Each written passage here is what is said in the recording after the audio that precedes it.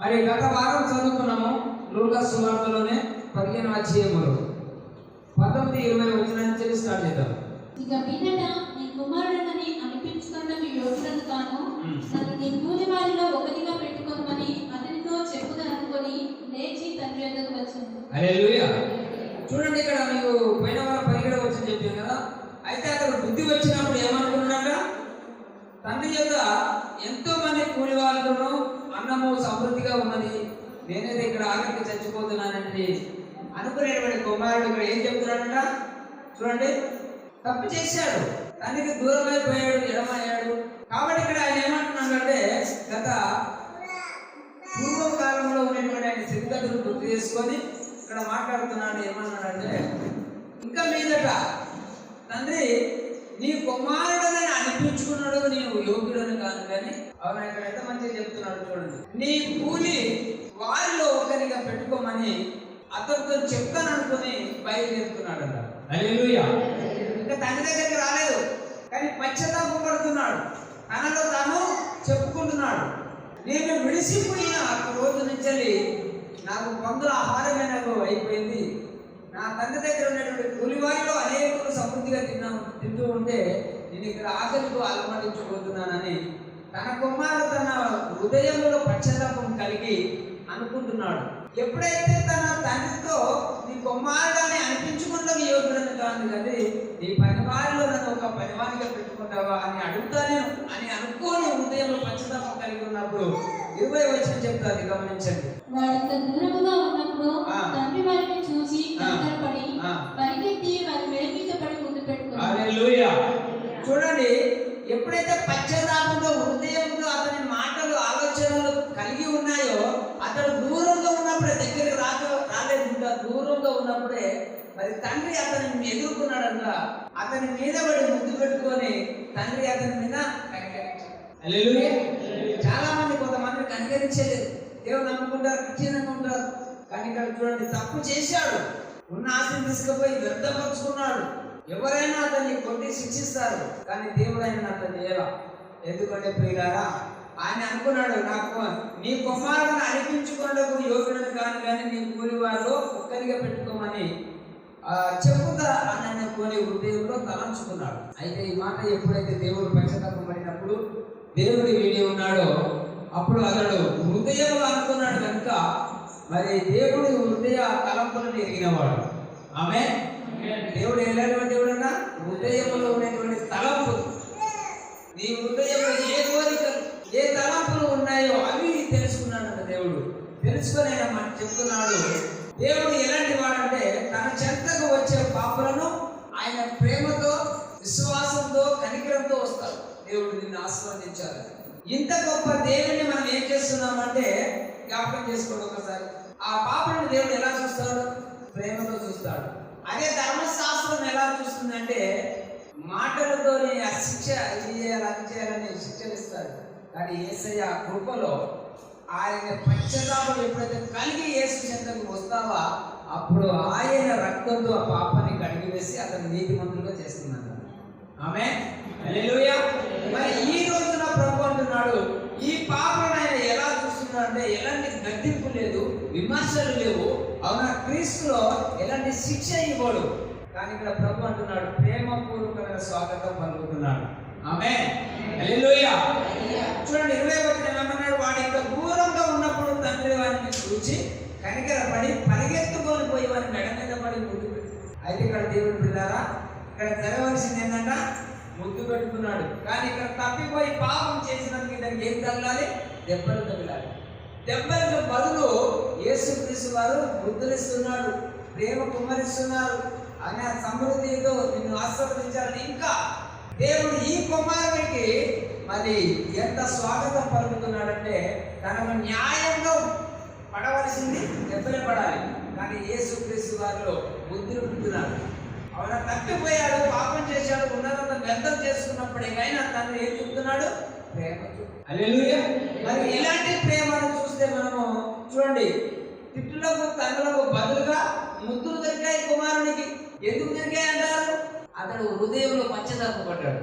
నీ కొడుకుని కాదు కానీ నీ కూలి వాళ్ళు ఒకరు పెట్టుకోమని అంటారు అనుకున్నాడు. అంటే అతను చేసిన తప్పు అంతా కఠినమైనటువంటి శిక్షించవలసినటువంటి ప్లేస్లో ఉన్నాడు అతను. అయినప్పటికీ దేవుడు ఆ హృదయంలో అదే పశ్చాత్తాపం అంటారు. పశ్చాత్తాపం అంటే మీరు తెలుసుకోండి బాగా. ఇలాగా పశ్చాత్తాపం తెలుసుకోవాలి. తెలుసుకున్నప్పుడు దేవుడు ప్రేమతో నిన్ను స్వాగతిస్తాడు, ప్రేమతో నిన్ను ఆశీర్వదిస్తాడు. హల్లెలూయా. నువ్వు ఎంత వ్యర్థం చేసుకొని ఎన్ని తప్పు చేసావో ఇన్ని రోజులు, కానీ ఈ రోజు నుంచి ఏదో నెల లాస్ట్ వారం ఇది, అవునా, ఈ రోజు నుంచి యేసయ్య యొక్క ప్రేమపూర్వకమైన ముద్దులు, అవునా, ఆయన ప్రేమగా, ఆయన సంతోషము, ఆయన కనికరం మన పట్ల ఉండనట్టుగా మన హృదయంలో దీన్ని తలంచుకోవాలంట. పశ్చాత్తాపడాలి. తప్పు చేసినామో పశ్చాత్తాపడాలి. అవునా, మా ఆయన ఏం చేశాడు కదా, నాకు ఫోన్ చేయలేదు కదా అమ్మాయి, మళ్ళీ నేను ఎందుకు వస్తాను అనలే. అవునా, తప్పు తెలుసుకున్నాడు, తిరిగి బయలుదేరాడు. దేవుడు చెప్తున్నాడు ఇక్కడ, అతను చేసిన పాపానికి కఠినమైన శిక్ష ఇవ్వాల్సినటువంటి కుమారుని దేవుడు ఎప్పుడైతే ఆయన హృదయంలో పశ్చాత్తాపడ్డాడో దేవుడు కనికరించి దెబ్బలకు తిట్టులకు బదులు ముద్దుని చేసి తన కుమారుని కౌగిలించుకొని ప్రేమపూర్వకమైన స్వాగతం పలుకుతున్నాడు. హల్లెలూయా. అయితే పిల్లరా, ఈ రోజు మనం ఒక్కసారి జ్ఞాపకం చేసుకోవాలి. యేసయ్య గ్రంథంలో 55 అధ్యాయం చూడండి ఒకసారి. ఇక్కడ ఏమంటున్నాడు తెలుసా? 55:7 చదివితే ఇక్కడ యేసయ్య ప్రవర్తన ఏం చెప్పాడు? భక్తిహీనులు తమ మార్గమును విడువగా. ఎవరైనా భక్తిహీనులు ఉన్నారా? దేవునికి వ్యతిరేకంగా, సంఘానికి వ్యతిరేకంగా, పాస్టర్కి వ్యతిరేకంగా, లేక ఇంకొక పదాలు మీకు ఎవరైనా శత్రువులు ఉన్నారా? ఇవన్నిటికీ ఉన్నటువంటి నీ భక్తిహీనత అని, ఆ భక్తిహీనతను విడవాలని దేవుడు చెప్తున్నాడు ఈ రోజున. హల్లెలూయా. భక్తిహీనులు తమ మార్గమును విడవగలను, దుష్టులు తమ తలంపులను మానవలను. దుష్టులు ఏం చేయాలంట? తలంపులు మానాలంట. ఎవరిని ఏం చేయాలా, ఎవరిని ఎక్కడ దెబ్బ కొట్టాలనేటువంటి తలంపు ఉండాలి. ఈ తలంపు మానుకోవాలంట. వారు యెహోవా వైపు తిరిగిన యెడల, వారు ఎప్పుడైతే ఈ మానుకొని యెహోవా వైపు తిరిగిన యెడల ఆయన వారి యందు జాలిపడును. ఆయన వారి యందు జాలిపడును. హల్లెలూయా.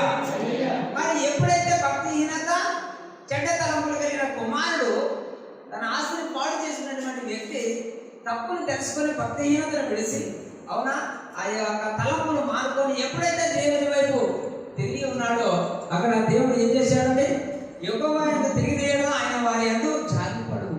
ఆమేన్. మరి దేవుడు మన మీద జాలి లేకపోతే మనం బ్లెస్ అవ్వలేము, ఎదగలేము, స్వస్థత కూడా జరగదు.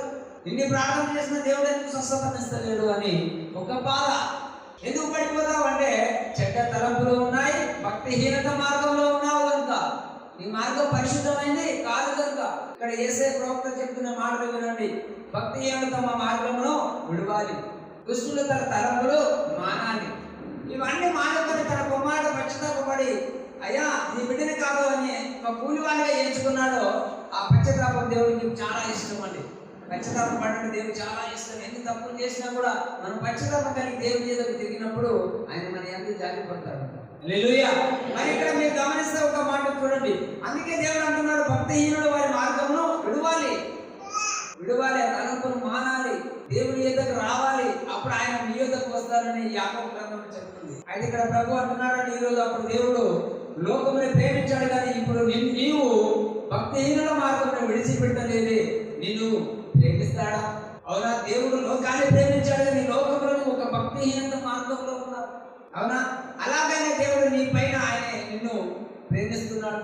ఎందుకంటే తెలుసా, మనం పాపమై ఉండగానే పాపగా మారిపోయాడు కనుక అదే ప్రేమ, ఆయన చూపించే ప్రేమ. ఆ ప్రేమలో ఎంతమంది నిలిచి ఉంటున్నాము, ఎంతమంది వదులుతున్నాము. అవునా, దినదిన ప్రేమలు చల్లారిపోతున్నాయి. అందుకే దేవుడు మన పట్ల చూపేటువంటి కృప, అది ఆయనే బ్రేక్ అయ్యవచ్చు. ఈ ఆశీర్వాదం నువ్వే ఆపుకున్నావు, ఎప్పుడు ఆపలేదని దేవుడు మాట ఇచ్చాడు. అయితే ఇక్కడ చిన్న కుమారుని పరిస్థితి చూద్దాం. యోబు గ్రంథం 3:16. దేవుడు లోకముని ఎంతో ప్రేమించెను కాగా ఆయన తన అద్వితీయ కుమారునిగా పుట్టినవాని యందు విశ్వాసముంచు ప్రతివాడును నశింపక నిత్య జీవం పొందినట్లు ఆయన అనుగ్రహించెను. హల్లెలూయా. ఎవరైనా ఉండాలంట విశ్వాసము. చూడండి, దేవుడు లోకాన్ని ఎంతో ప్రేమించాడు, లోకాన్ని ప్రేమించాడు. అయితే ఇక్కడ ప్రభు అంటున్నాడు, ఈ రోజున ఆయన అద్వితీయ కుమారుని విశ్వాసం ఉంచు ప్రతివాడు నశింపక నిత్య జీవం కలిగి ఉన్నాడు. నిత్య జీవము పొందినట్టు ఆయనను అనుగ్రహించాడు. యేసు ప్రభువుని లోకానికి దేవుడు మనకి ఎందుకు పంపాడంటే ఆయన మీద విశ్వాసం ఉంచితే నశింపకుండా నిత్య జీవంలో ఉంటాము. ఆ క్రీస్తు మీద ప్రేమ లేకపోతే చాలా కష్టము, ఇబ్బందులు ఎదుర్కొనవలసి వస్తుంది. అక్కడ నేను అనుకుంటావు, నటిస్తారు చాలా మంది, మీరు భలే నటిస్తారు ఈ మనుషులు. అవునా? ఎలా నటిస్తారంటే చాలా, అవునా, బయలుని ఐదు చేసేస్తారు ఒకరి ముందు. ఎందుకంటే వీళ్ళకు మనుషులకున్న తెలివి బాగా గొప్పది. కానీ నీ మార్గముల కంటే నా మార్గములు, నీ తలపుల కంటే నా తలపులు భూమికి ఆకాశానికి ఎంత ఎత్తు ఉన్నాయో అంత ఎత్తుగా ఉంటాయి. అవునా? అయితే ఇక్కడ ప్రభు అంటున్నాడు, ఈ రోజున ప్రియులారా, యాకోబు 4:8 వచ్చును, దేవుని యొద్దకు రండి, అప్పుడు ఆయన మీ యొద్దకు వచ్చును. పాపులారా మీ చేతులను శుభ్రం చేసుకుని, విమనస్తులారా మీ హృదయాలను పరిశుద్ధపరచుకునుడి. హల్లెలూయా. ఇక్కడ ఏమన్నాడు? దేవుని ఎదురు రావాలంటే, దేవుడు నీ ఎదురు రావాలంటే ఏం చెప్తున్నాడండి? దేవుని యొద్దకు రండి, అప్పుడు ఆయన మీ యొద్దకు వస్తాడు. అవునా? మళ్ళీ ఇక్కడ రెండోది, పాపులారా మీ చేతులను శుభ్రం చేసుకోండి, మనసులారా మీ హృదయము పరిశుద్ధపరచుకోండి. ఈ హృదయములను పరిశుద్ధపరచుకొని మన చేతులను శుభ్రం, పాపం చేయకుండా, లక్షాలు పుచ్చుకోకుండా, అవునా, ఒకరిని నిందలు వేయకుండా, ఒకరిని మోసం చేయకుండా ఉండాలి. ఉన్నప్పుడు ఈ హృదయంలో పరిశుద్ధపరచుకున్నప్పుడు దేవుడు అప్పుడు మీ యొద్దకు వస్తాడు. నేను గుడికి వచ్చాను, దేవుడు అర్థపడతాడని నేను సంతోషించక, నువ్వు దేవుని దగ్గరికి వచ్చినావా, ఆయన నీ దగ్గరికి రావాలంటే చేతులు శుభ్రం చేసుకోవాలి, హృదయము పరిశుద్ధపరచుకోవాలి. ఇవి రెండు నీ దగ్గర దొరికితే ఆయన నీలోనికి ప్రవేశిస్తాడు. ఆమేన్. హల్లెలూయా. దేవుని దగ్గరికి రా. చూడండి, లూకా 10:21లో ఈ యొక్క మాట అన్నాడు. చూడండి, అప్పుడు ఆ కుమారుడు అతనితో, తండ్రి, నేను పరలోకమునకు విరోధముగాను నీ ఎదుటను పాపం చేసితిని. తండ్రి కుమారుడు దూరం ఉండగానే పరిగెత్తుకొని ఎప్పుడైతే దాని మీద పడ్డాడో అప్పుడు అంటున్నాడు, తండ్రి నీకును పరలోకానికి నేను విరోధంగా పాపం చేశానయ్యా, అయినప్పటికీ నువ్వు ప్రేమతో స్వాగతం పలుకుతున్నావే, నీకు పరలోకానికి నేను ఇంత విరోధిగా మారిపోయాను అని కుమారుడు తన తండ్రితో చెప్తున్నాడు. చెప్తున్నప్పుడు తండ్రి మన దేవుని పట్ల మనలో ప్రతి ఒక్కరికి పరివర్తన విషయంలోనూ జాగ్రత్త కలిగి ఉండాలి. ఈ పరివర్తన విషయంలోనూ చూస్తే ఇది నిజం, ఈ వాక్యం నిజం, ఆయన చెప్పింది కరెక్టే. మనం ఏది తప్పు చేసినా దేవునికి వ్యతిరేకంగా, మరి సంఘానికి విరుద్ధంగా పాపం చేసిన వారు ఉంటాం. అయితే పిల్లల ఇక్కడ ప్రభు అంటున్నాడు, మనం అందరం దేవుని పిల్లలుగా ఉండే అర్హత లేకుండా ఉన్నాము, కానీ యేసుక్రీస్తు రక్తంతో మనకు అర్హత వచ్చింది. ఆమేన్. అవునా? యేసయ్య రక్తము ప్రతి కాడిని విరగొట్టింది, ప్రతి పాపాన్ని కడిగివేసింది, ప్రతి శాపాన్ని తొలగించేసింది. వికరణాల నుంచి వచ్చే తరతరాలు ఉండేటువంటి పాపాలు, శాపాలు, కాటిని విరగొట్టిందే యేసయ్య రక్తం. హల్లెలూయా. అందరికీ కావాలి. ఏంటిది? గట్టిగా అందరికీ కావాలి. ఆ యేసయ్య రక్తంలో నీకు స్వస్థత. ఆమేన్. చెప్పకూడదు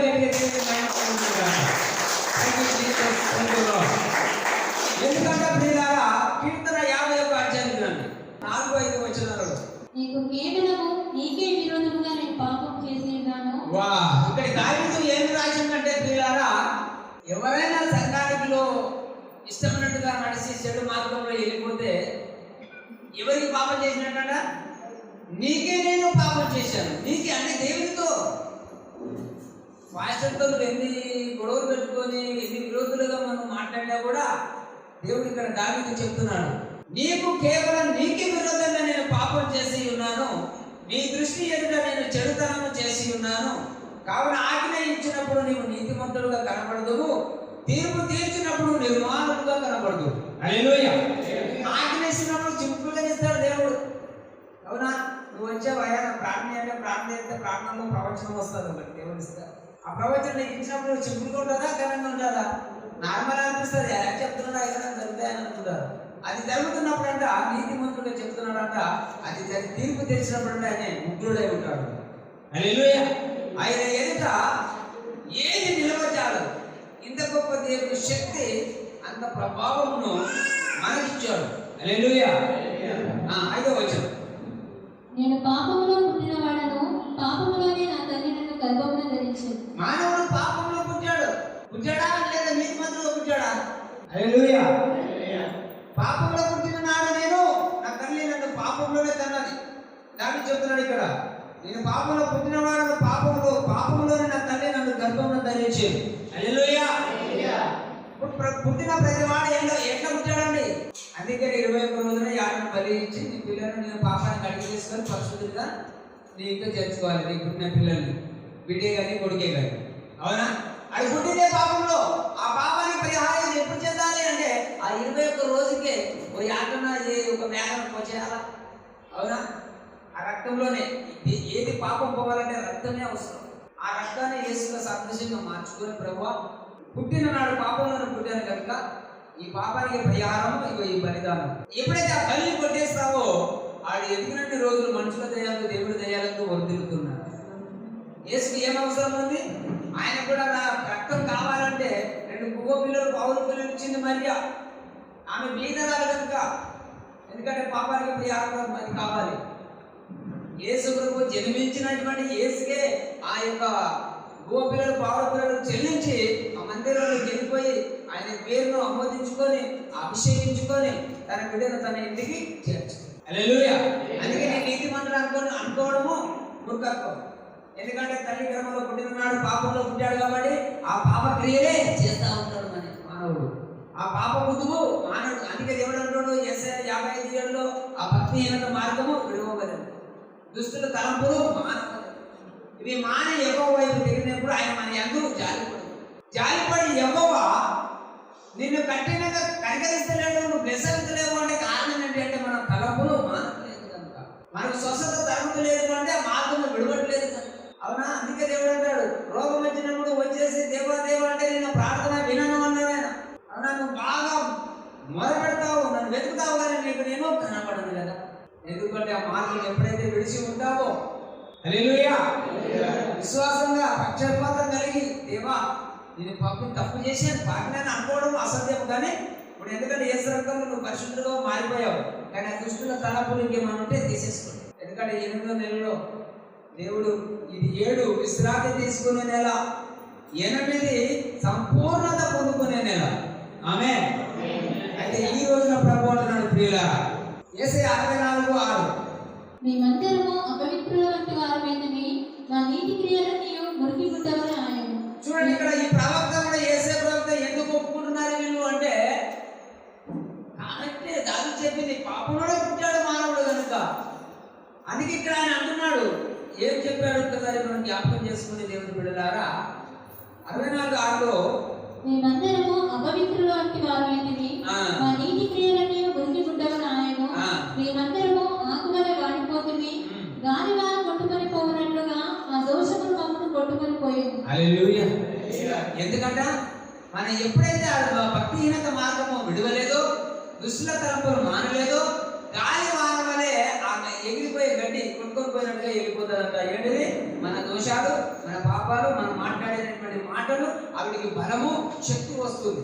ఆ శక్తి నిన్ను శక్తిహీనుడి చేసి నిన్ను తీసుకొని వెళ్ళిపోతుంది. గాలి వల్ల గడ్డి కొట్టుకుపోతారు చూడు, అలాగే.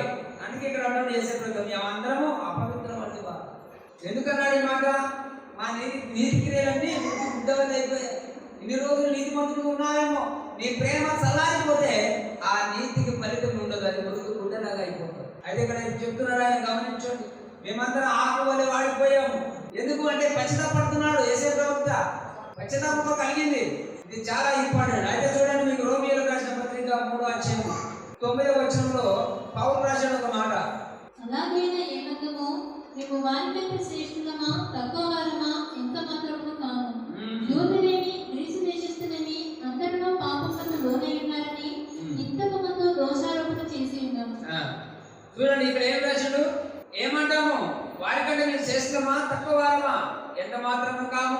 యూదులేని గ్రీసు దేశస్థులు అందరూ పాపములకు లోనై ఉన్నవారే కదా, మరి వీళ్ళందరికంటే మేమన్నా తక్కువనా అని ఇక్కడ ఎగతాళిగా మాట్లాడే మనుషుల ఎదుట కూడా పౌలు రాసిన మాటలు గమనించండి. చదవండి. ఇందును గురించి వ్రాయబడినది ఏమనగా, మరి ఈ వాక్యానికి మరి దీని గురించి ఏం రాశాడు? నీతిమంతుడు లేడు, ఒక్కడునూ లేడు, గ్రహించేవాడు ఎవడునూ లేడు, దేవుని వెతుకువాడు ఎవడునూ లేడు. ఇక్కడ ఏమడుగుతున్నాడు దేవుడు? గ్రహించేవాడు లేడు. అందుకే యేసే భక్తులను మా నీతి క్రియలన్నీ మురికి గుడ్డవలే అయిపోయాయి, మా పరిస్థితి అంతా డేంజర్లో ఉంది. ఇక్కడ యేసే ఏం రాశాడు? ఒకడు గ్రహించేవాడు లేడు అని పౌలు చెప్తున్నాడు. వాక్యం విన్నావా? గ్రహించా. వాక్యం గ్రహింపులోనే పశ్చాత్తాపం వస్తుంది. అయితే ఇక్కడ ప్రభు అంటాడు, చదువు 19 అందరూ త్రోవ తప్పి ఏకంగా పనికి మారిన వారిని ఏమి చేయవాడు లేడు, ఒక్కడైనను లేడు. వారి గొంతుక తెరిచిన సమాధి, తమ నాలుకతో మోసము చేయుదురు. వారి పెదవుల క్రింద సర్ప విషం ఉన్నది. వారి నోట నిండా శపించుటయు పగయున్నవి. రక్తము చిందించుటకు వారి పాదములు పరిగెత్తుచున్నవి. నాశనము కష్టమును వారి మార్గములలో ఉన్నది. శాంతి మార్గము వారెరుగరు. వారి కథల ఎదుట దేవుని ప్రేమ లేదు. ప్రతివారు మూలపడినట్లును సర్వలోకము దేవుని శిక్షకు పాత్రమగునట్లును ధర్మశాస్త్రము చెప్పుచిన వీటన్నిటిని ధర్మశాస్త్రముకు లోనైన వారితో చెప్పుచున్నాడు. ఇది మాట. హల్లెలూయా. ఇది ఎవరు చెప్తున్నాడా? ధర్మశాస్త్రానికి లోనైన వారికి అర్థం. వారి నాలుకలకి దేవుడన్నా సర్ప విషయం ఉంది. ప్రార్థన బాగా చేస్తారు, కానీ ఆ సర్ప విషయం ఉంది కనుక ఆ ప్రార్థన దేవుని చెంతకు చేరాలి. హల్లెలూయా. అయితే ప్రియులారా, దేవుడు ఇక్కడ ఏమంటున్నాడంటే గ్రహించగా ఉన్నారు కదా అంటే, ఇక్కడ చూడండి మీరు 10వ వాక్యంలో 10వ వచనం ఎండింగ్ లో చెప్తుంది, ఆయన కుమారుని సువార్త విషయమై నేను నా ఆత్మయందు సేవించుతున్న దేవుడే నాకు సాక్షి. ఎందుకంటే సాక్షిగా ఉన్నాడు పరిశుద్ధాత్ముడు అంటే, చూడండి 11 నీతిమంతుడు లేడు, ఒక్కడునూ లేడు. గ్రహించువాడు ఎవడునూ లేడు, దేవుని వెతుకువాడు ఎవడునూ లేడు. చూడండి, నీతిమంతుడు ఒక్కడు లేడు, గ్రహించేవాడు ఒక్కడు లేడు. ఎందుకంటున్నాడు ప్రభు గారు అంటే, ఈ సమయంలో గ్రహించేవాడు లేడు, దేవుని వెతికేవాడు లేడు, అందరూ త్రోవ తప్పిపోయి అని పౌలు రాసిన మాటలు మనం జ్ఞాపకం చేసుకుంటే దేవుని బిడ్డలారా, ఒక్కొక్క రోజున మనకు మనమే సాధించుకుంటాం. అవునా? మన ఆశీర్వాదాన్ని మనమే సాధిస్తాం, మన బ్లెస్సింగ్ మనమే బ్రేక్ చేస్తాం. ఇవన్నీ చేసుకోవడం అర్థమైనదా? వాళ్ళ నాలుగుకి ఏమన్నదా? సర్ప విషయం. ఆ విషము వలన సర్పం అంటే ఋషిపాలు ఎక్కడున్నాడు? నీ నోట్లోనే ఉన్నాడు. అవునా? మనము మాట్లాడే విధానం బట్టి మన ఆశీర్వాదానికి మనము బ్రేక్ ఇస్తాం, ఆపుకుంటాం. అయితే ఇక్కడ ప్రభు అంటున్నాడు, ఈ రోజున ఏం చెప్తున్నాడంటే మనము దీన్ని గుర్తించి వినయంతో ఒప్పుకోవాలంట. ఎప్పుడైతే మనం తప్పు చేశామో అది గుర్తించాలంట, వినయంతో ఒప్పుకోవాలంట. వినయం అంటే ఏంటి? అవునా? సిగ్గుపడకుండా దేవుని ఎదుట చేసిన తప్పును కరెక్ట్ గా ఒప్పుకోవడం. దావీదు ఏమన్నాడు? నా తల్లి గర్భంలో నేను పాపంలో పుట్టాను. ఎందుకన్నాడంటారు దావీదు? దావీదుకు వచ్చిన శ్రమలో అది గుర్తుకొచ్చింది. ఎందుకు ఈ శ్రమలు నాకు వస్తున్నాయి, ఎందుకు ఈ యుద్ధాలు జరుగుతున్నాయి అంటే, దావీదు అన్నాడు, నేను తల్లి గర్భంలో పుట్టిన నాడే పాపిని కనుక పాపికి తగిలే దెబ్బలు ఇవి అని గ్రహించి అది గుర్తించి వినయంతో దేవుని ఎదుట ఒప్పుకుంటున్నాడు. హల్లెలూయా. అయితే ఈ రోజున మనం దీన్ని గుర్తించాలంట, దాన్ని మంచి మనసుతో ఒప్పుకోవాలంట. చూడండి, లూకా 15:22 ఒక మాట రాశాడు. అయితే తండ్రి తన దాసులను చూచి ప్రశస్త వస్త్రము త్వరగా తెచ్చి వీరికి కట్టి వీని చేతికి ఉంగరం పెట్టి పాదములకు చెప్పులు తొడిగించు. హల్లెలూయా. తండ్రి ఏం చేశాడండి? తన దాసులను పిలిచాడు. పిలిచి ఏం చెప్తున్నాడు ఇక్కడ? త్వరగా వస్త్రాలు తీసుకోండి. ఏ వస్త్రాలన్నా? ప్రశాస్తమైన వస్త్రములు తీసుకొని త్వరగా తెచ్చి వీనికి కట్టి వీని చేతికి ఉంగరం పెట్టి పాదాలకు చెప్పులు తొలగించుడే. అలా పాపిగా నా కుమారుడు ఆ హృదయంలో అలాంటి మాటలు రావద్దుగా అంటే, ఒకసారి జ్ఞాపకం చేసుకోండి, తన సమస్తను పంచుకొని పోయాడు. వ్యర్థపరుచుకుంది ఎవరు? చిన్న కొడుక కాదా? మరి ఇప్పుడు ఎవరు సౌరిస్తున్నాడు? ఆయనకి ఎవరి ఆశీర్వాదం ఇస్తున్నాడు? తండ్రి ఆయన భాగం ఆయన పంపించాడు, పెద్ద భాగం పెద్ద కొడుకుకి ఇచ్చేశాడు. కానీ ఇప్పుడు చిన్న కొడుకు పెట్టేటువంటి ప్రశాస్తమైన వస్త్రాలు ఇక్కడ ఇది అంటారు. హల్లెలూయా. అవునా? ఇది పెద్ద కొడుకు బ్లెస్సింగ్ ని చిన్న కొడుకు పంచుతున్నారు. హల్లెలూయా. అవునా? పెద్ద కొడుకు ఆస్తిని చిన్న కుమారునికి పనిచేస్తుంది. నీది పోగొట్టుకున్నావు, నీ భాగం వెళ్ళిపోయినప్పటికైనా తండ్రి తన భాగంలోకి మనకి ఇస్తున్నాడు. మనం బ్లెస్ అవుతున్నాం. ఎక్కడికి ఎవరు సొమ్మాది? మన పెద్ద కొడుకైనా యేసు సొమ్ము. హల్లెలూయా. తండ్రికి దేవుడికి ఏకైక కుమారుడు యేసు. ఆయన మన యజమానుడు. అవునా? ఆయన ఆస్తిలో మనకు ఇచ్చేస్తున్నాడు. లూకా 15:22 ఇక్కడ ప్రభు అంటున్నాడండి, అయితే తండ్రి తన దాసులను చూచి ప్రశస్త వస్త్రము త్వరగా తెచ్చి వీరికి కట్టి వీరి చేతికి ఉంగరం పెట్టి పాదాలకు చెప్పులు తొలగించండి.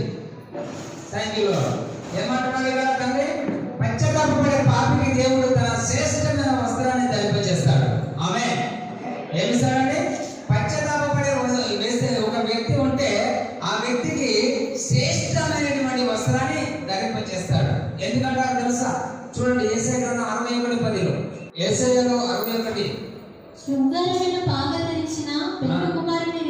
వావ్. పాపిని ఎలాగ దేవుడు అలంకరిస్తున్నాడంట? పెళ్లి కుమారుని రీతిగా అలంకరిస్తున్నాడంట. అయితే ఒకటి మీకు చెప్తానండి మార్గం. పెళ్లి కుమారుని రీతిగా అలంకరించేసి ఏం చేస్తున్నాడు ఇక్కడ? ఆభరణాలతో అలంకరించుకున్న పెళ్లి కుమార్తె రీతిగా ఆయన రక్షణ వస్త్రములు నాకు ధరింపచేసి ఉన్నాడు, నీతి అనే పైబట్ట నాకు ధరింపచేసి ఉన్నాడు. హల్లెలూయా. అయితే ఇక్కడ మీరు గమనించండి, పెళ్లి కొడుకు ఎన్నిసార్లు పెళ్లి కొడుకు అవుతారు? ఒకటేసారే కదా. అంటే పాపి తప్పిపోయిన తర్వాత ఎప్పుడైతే ప్రశాస్తమైన వస్త్రం ధరింపచేశాడో అతడు నీతిగానే జీవించాడు. ఆమె నీతి అనే వస్త్రం నాకు ధరింపచేశాడు అంటే నీతి అనేటువంటి బాప్తిజం పొందుకున్నావు, అది ఒక్కసారి నీకు ఇచ్చేస్తాడు. ఇవి ఎప్పుడైతే నువ్వు పొందుకున్నావో జీవితాంతము అదే పెళ్లి కుమారుని యొక్క మహిమలో జీవించాలి. హల్లెలూయా. అదే యొక్క రీతిలో అదే నీతి వస్త్రము, అదే ప్రశాస్తమైనటువంటి పెళ్లి కుమారునికి ఇచ్చేటువంటి వస్త్రములు ఎవరికి ఇస్తున్నాడు? దేవుడు పాపులకు ఇస్తున్నాడు. అయితే ఈ రోజున ప్రభు అంటున్నాడండి, జకర్యా 3వ అధ్యాయం 4వ వచనం. ఇక్కడ ఇంకొక మాట రాశాడు. ఏం మాట రాశాడంటే, దూత దగ్గర నిలిచిన వారితో పిలిచి ఇతని మైలబట్టలు తీసివేయని ఆజ్ఞాపించి నేను నీ దోషమును పరిహరించి ప్రశస్తమైన వస్త్రములతో నేను అలంకరించుచున్నాను. హల్లెలూయా. ఇక్కడ కొంత తండ్రి ఎవరు పిలిచాడు? దాసులను పిలిచాడు. ఇక్కడ జకర్యా ఎవరు చూస్తున్నారు అంటే దేవుని దూత అతని పక్కన నిలిచి ఏం చేస్తుందని ఇక్కడ మైలబట్టలు తీసేయాలని. ఎక్కడైతే ఆ పందుల ఆహారం తిని, ఆ పందుల కావాలని పందులు తిరిగిన ప్లేస్ లో ఉండి, ఆ పందులో ఉండేటువంటి ప్లేస్ లో పడుకునేటువంటి వస్త్రాలు ఏమైనాయి? మలిన వస్త్రాలు. ఇవన్నీ తీసివేయడంతో తన తండ్రి ప్రశాస్తమైన వస్త్రములు తెచ్చేసి వారికి త్వరగా అంటున్నాడు. ఇక్కడ లూకా గ్రంథంలో 22లో త్వరగా చేసే కార్యము, ఆలస్యం చేయకండి. ఎందుకంటే చూడండి దేవుని బిడ్డారా, మనం చాలా అనుకుంటా ఏమిటే ఏం పోతుంది కామెంట్ చేస్తాం కదా, ప్రెస్గా ఉంటాం కదా, తప్పు చేసేపోతుంది అని అబద్ధాలు ఏముంది చూడండి. కరెక్ట్ గా దేవుని బిడ్డారా, ఇక్కడ ఆయన చెప్తున్నాడు, త్వరగా ప్రశాస్త వస్త్రం త్వరగా తెచ్చి వీనికి కట్టి వీని చేతికి వంగరం పెట్టి పాదాలకు చెప్పులు తొడగండి, ఆలస్యం చేయకండి. పాపం నిన్ను పాపంలో లాగకముందే నువ్వు విషాదపడాలి. చిన్న చిన్న చిన్న చిన్న మాటలతోనే నేను పాపము నరకానికి లాగేస్తాను. ఆ పాపంలో లాగకముందే మనము గ్రహించాలి. అయితే ఈ రోజున ప్రభు అంటున్నాడు, జ్ఞాపకం చేద్దాం. రోమా 3:21 వచనం. ఇట్లుండగా ధర్మశాస్త్రములకు వేరుగా దేవుని నీతి బయలుపడుచున్నది, దాన్ని ధర్మశాస్త్రము ప్రవక్తలను సంక్షేమించుచున్నారు. హల్లెలూయా. చూడండి, సరే ఇది ఇట్లున్నది. మరి ఇక్కడ ఈ వాక్యం ఏం చెప్తుంది అంటే ధర్మశాస్త్రముకి వేరుగా దేవుని నీతి బయలుపరచబడుతుంది. హల్లెలూయా. ప్రవక్తలు ఉన్నారు, యాజకులు ఉన్నారు, అవునా? అనేకులు స్వార్థికులు ఎంతో మంది పాత నిబంధనలు ఉన్నప్పటికీ దేవుని నీతి సపరేట్ గా బయలుపరచబడుతుంది. దేవుని నీతి ఎవరి దగ్గరికి వెళ్ళిందంట? అంధకారంలో ఉన్న వాళ్ళ దగ్గరికి వెళ్ళిపోయింది, అవునా? బీదల దగ్గరికి వెళ్ళిపోయింది, మరియను దర్శించింది, గొర్రెలను దర్శించింది, అక్కడ జ్ఞానాలను నడిపించింది ఆయన నీతి. హల్లెలూయా. మరి ఈ నీతి ధర్మశాస్త్రానికి వేరుగా పనిచేస్తుంది. ప్రభు అంటున్నాడు ఈ రోజున. ఎందుకు చెప్తున్నాడంటే ప్రియులారా, చూడండి ఇక్కడ ఇంకొక మాట వచ్చిన దాకా 22 చదువు. అని యేసుక్రీస్తు నందలి విశ్వాసం మూలమైనదే నమ్ము వారందరికీ కలుగు దేవుని నీతి అయి ఉన్నది. అది అట్లుండగా ధర్మశాస్త్రం వేరుగా దేవుని నీతి బయలుపడుతున్నదంటే ఎవరికి నీతి కలుగుతుంది అంటే యేసుక్రీస్తు నందు విశ్వాసం కలిగిన వాళ్ళు. యేసుక్రీస్తు నందు ఎవరైతే విశ్వాసం మూలమైనదై నమ్ముతారో వారికి కలిగేటువంటి దేవుని నీతి. హల్లెలూయా. చూడండి 23. ఏ భేదములు లేదు, అందరూ పాపము చేసి దేవుడు అనుగ్రహించు మహిమను పొందలేకపోతున్నారు. ఎందుకు మహిమను పొందలేకపోతున్నారన్నా? అందరూ పాపం చేసి దేవుడిచ్చే మహిమను పొందుకోలేక, బ్లెస్ అవ్వలేక, అవునా? ఇలాగ చాలా మంది తహాదం పడిపోతూ ఉంటారు. ఇక్కడ దేవుడు అదే చెప్తున్నాడు ఈ రోజున, ఏ భేదం లేదు, అందరూ పాపం చేసి దేవుడు అనుగ్రహించే మహిమను పొందలేకపోతున్నారు. కాబట్టి చదవండి. కాబట్టి నమ్మువారు ఆయన కృప చేతనే క్రీస్తు యేసునందలి విమోచనము ద్వారా ఉచితముగా నీతిమంతులని తీర్చబడుతున్నారు. కాబట్టి నమ్మేవారు ఆయన కృప చేతనే క్రీస్తు యేసునందలి ఉన్న విమోచనము ద్వారా ఉచితంగా నీతిమంతులని తీర్చబడుతున్నారు. అందరూ దేవుడిచ్చే మహిమ పొందలేక చాలా మంది వెనుకైపోతూ ఉంటారు. కానీ ఇక్కడ ప్రభు అంటున్నాడు, ఈ రోజు ఏం చెప్తున్నాడు అని ఒకసారి జ్ఞాపకం చేసుకుంటే, దేవుడు అతని అంగీకరించి ఉన్నత స్థానంలో ఉంచబోతున్నాడు. ఆమేన్, హల్లెలూయా. ఉంచిన సంగతిని ఒక్కసారి మనం జ్ఞాపకం చేసుకోవాలా. దానికి రుజువు ఏంటంటే ఉన్నత స్థానంలో ఉంచడానికి దేవుడు అతని పెట్టాడు, అతన్ని పిలిచాడు. దాసు ద్వారా పెట్టేసి వస్త్రాలు అవన్నీ తొలగించేవాడు. కానీ అతనికి ఉన్న ఒక రుజువు ఒకటే, ఏంటో తెలుసా? వంగరం. ఆమేన్. ఈ వంగరము ఇక్కడ ఈ వంగరాన్ని తండ్రి యొక్క అధికారం ఈ కొడుకుకి ఇచ్చినట్లుగా అనేకులకు ఈ యొక్క రుజువు కనపడాలని ఆ రింగు పెట్టేసి చూడండి. ఇక్కడ ప్రభు అంటున్నాడు, ఈ రోజున శ్రేష్టమైనటువంటి దేవుడు ఇచ్చినటువంటి అధికారంలో ఆదికాండం 41:42 మరియు ఫరో తన చేతికున్న తన ఉంగరము తీసి యోసేపు చేతిని పెట్టి సన్నపు నారకట్టను అతనికి తొలగించి అతని మెడకు బంగారు గొలుసు వేసి. హల్లెలూయా. యోసేపు నాన్న నమ్ముకున్నాడు, దాసుడికి వెళ్ళాడు. వెళ్ళినప్పటికీ ఫరో రాజు ఏం చేశాడు? అతనికి వంగరం ఇచ్చేశాడు చేతికి. అంటే ఆ రాజ్యాన్ని ఏలేటువంటి యోసేపు అధికారం ఉంది అనేటువంటి ఒక రుజువు. అన్నదమ్ముల తీసే పాపిగానే వెళ్ళిపోయాడు, కానీ అక్కడ నీతిమంతుడిగా ఎంచబడ్డాడు. తన చేతికి ఉన్నదేంటిది? వంగరము. అది ఒక రుజువు, ఈ దేశానికి ఈ మనిషి అధికారి కలిగిన వాడని. అయితే ఇక్కడ మనం ఒకసారి జ్ఞాపకం చేసుకోవాలి ఈ విషయంలో. ఎస్తేరు గ్రంథానికి రండి ఒకసారి, 3:10 రాజు తన చేతి ఉంగరము తీసి దానిని హమ్మెదాత కుమారుడైన అగాగీయుడకు హామానుకు ఇచ్చాడు. హల్లెలూయా. రాజు మరి ఈ ఉంగరం ఎవరికి ఇచ్చాడట? అమ్మోదాత కుమారుడైన అగీయుడకు అమ్మోనుకి ఇచ్చి చదవం. ఆ వెండి నీకు ఇయ్యబడి ఉన్నది, నీ దృష్టికి ఏది అనుకూలమో అది నీ జనులకు చేయనట్లుగాను వారిని అప్పగింపబడి ఉన్నారని రాజు సెలవిచ్చాడు. ఆ హామాను యూదులకు శత్రువు. హల్లెలూయా. హామాను ఎవరికి శత్రువు అంట? యూదులకు శత్రువు. ఈ వంగరానికి వెండి అప్పగించబడింది. వెండి కూడా వంగరమే, పెళ్లి కొడుకు పెట్టవచ్చు. బంగారం వంగరాలు పెట్టాలని ఏం లేదు, వెండి కూడా పెట్టుకోవచ్చు. ఈ వెండి వంగరంలో ఎవరికి ఇచ్చాడు అంటే దేవుడు ఆ వ్యక్తికి ఇచ్చి నీకు అనుకూలమైనటువంటి ప్రజలకు ఏం చేసుకుంటావో చేసుకో. హల్లెలూయా. ఇప్పుడు అంత అధికారం దేవుడు ఎవరికి ఇచ్చారో మన సంఘానికి ఇచ్చాడు.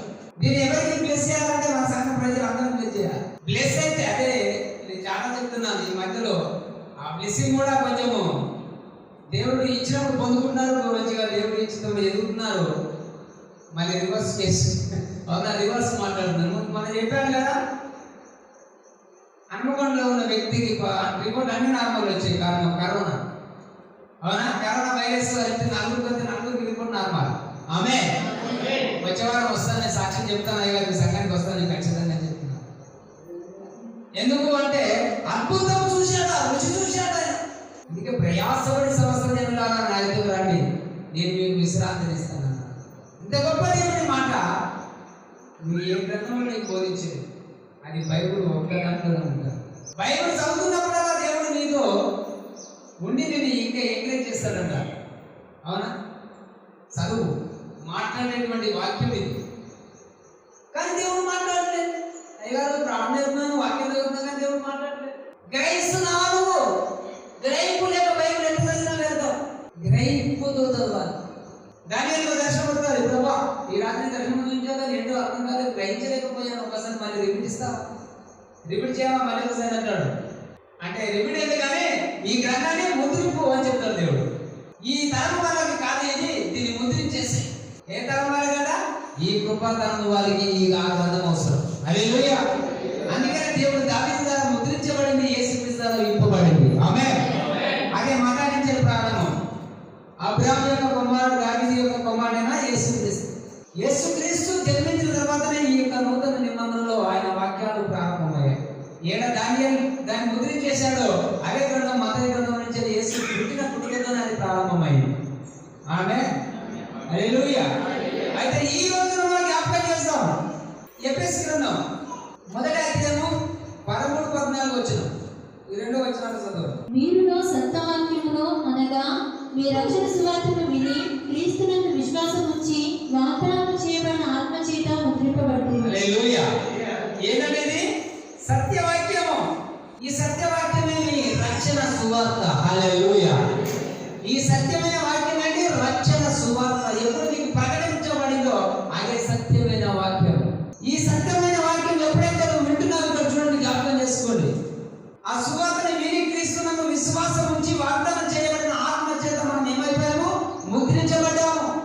హల్లెలూయా.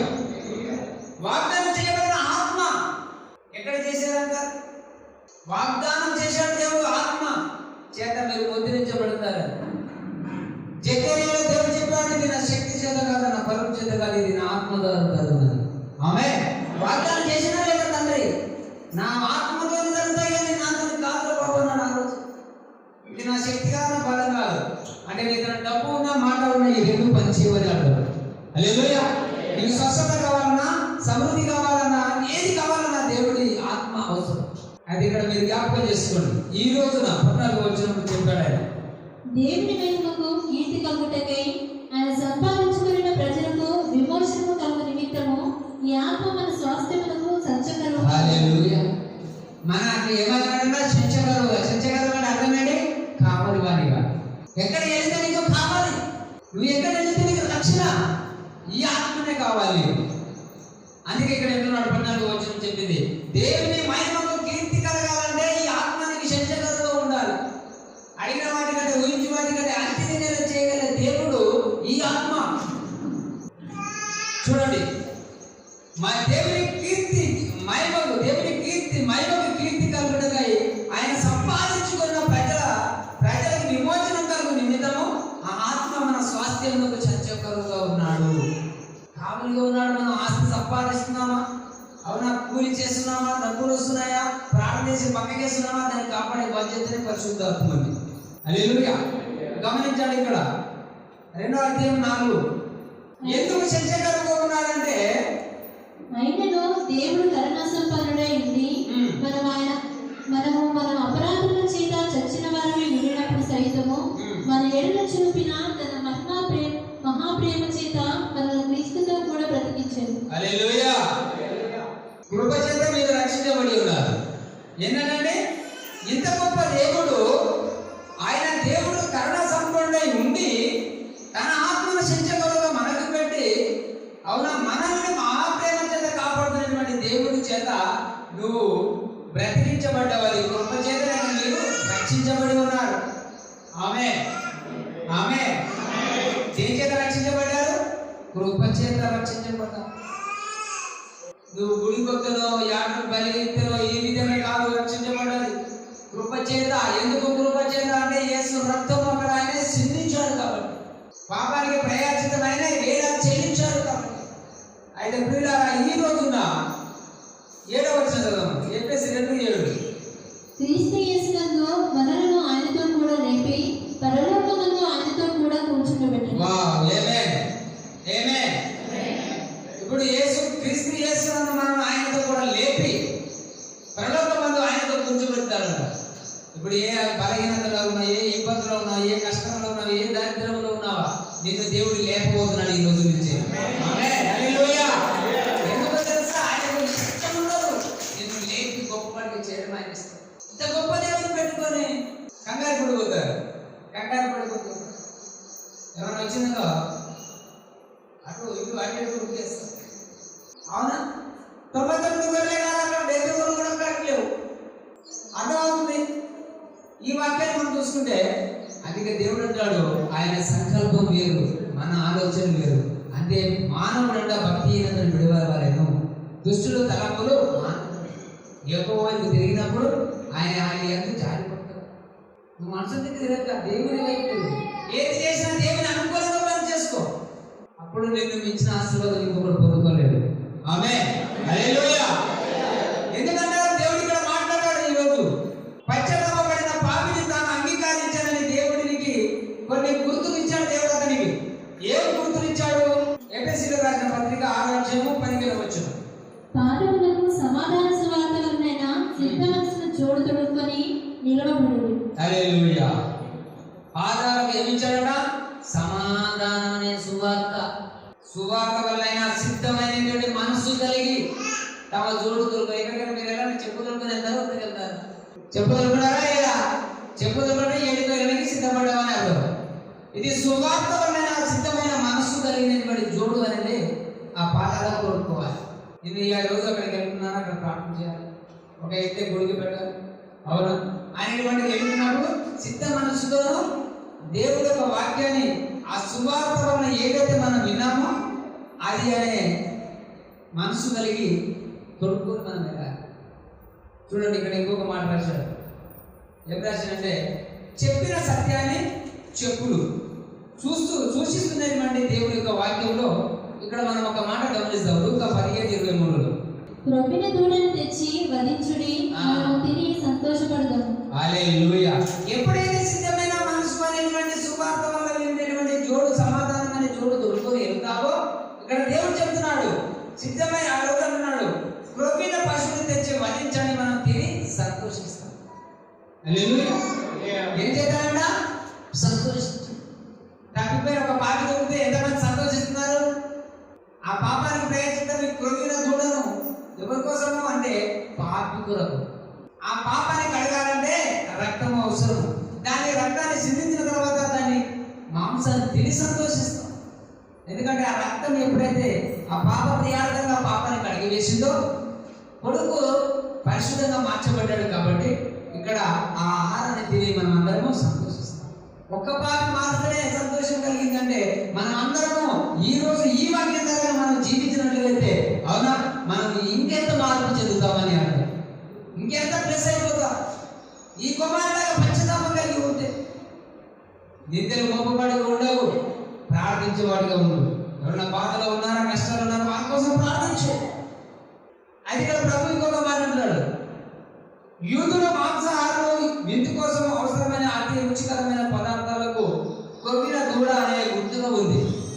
దీని ఎందుకు ఈ గుర్తుగా ఉంది అంటే ఆనందించడానికి, ఇంకొకటి ఒక ప్రత్యేకమైన సందర్భాన్ని వింటున్న వారికి అర్థమయ్యేలా చెప్పేందుకు యేసు ఈ మాటలు వాడాడు.